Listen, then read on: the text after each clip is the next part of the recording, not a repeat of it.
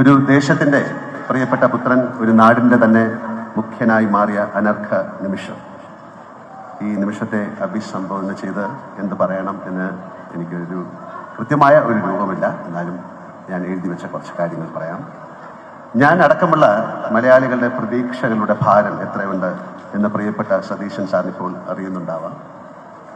അത്രമാത്രം പ്രതീക്ഷകളോടെയാണ് കേരളം അദ്ദേഹത്തെ മുഖ്യമന്ത്രിയായി അവരോധിച്ചത്.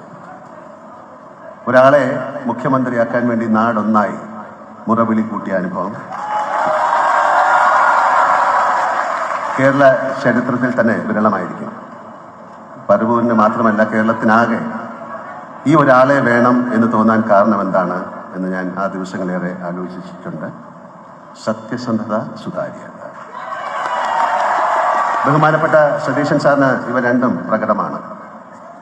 ജീവിതത്തിൽ അങ്ങോളം മറ്റെന്തൊക്കെ കൈമോശം വന്നാലും ഇവ രണ്ടും കാത്തു സൂക്ഷിക്കാൻ അദ്ദേഹത്തിന് സാധിക്കട്ടെ എന്ന് ഞാൻ പ്രാർത്ഥിക്കുന്നു, ആശംസിക്കുന്നു.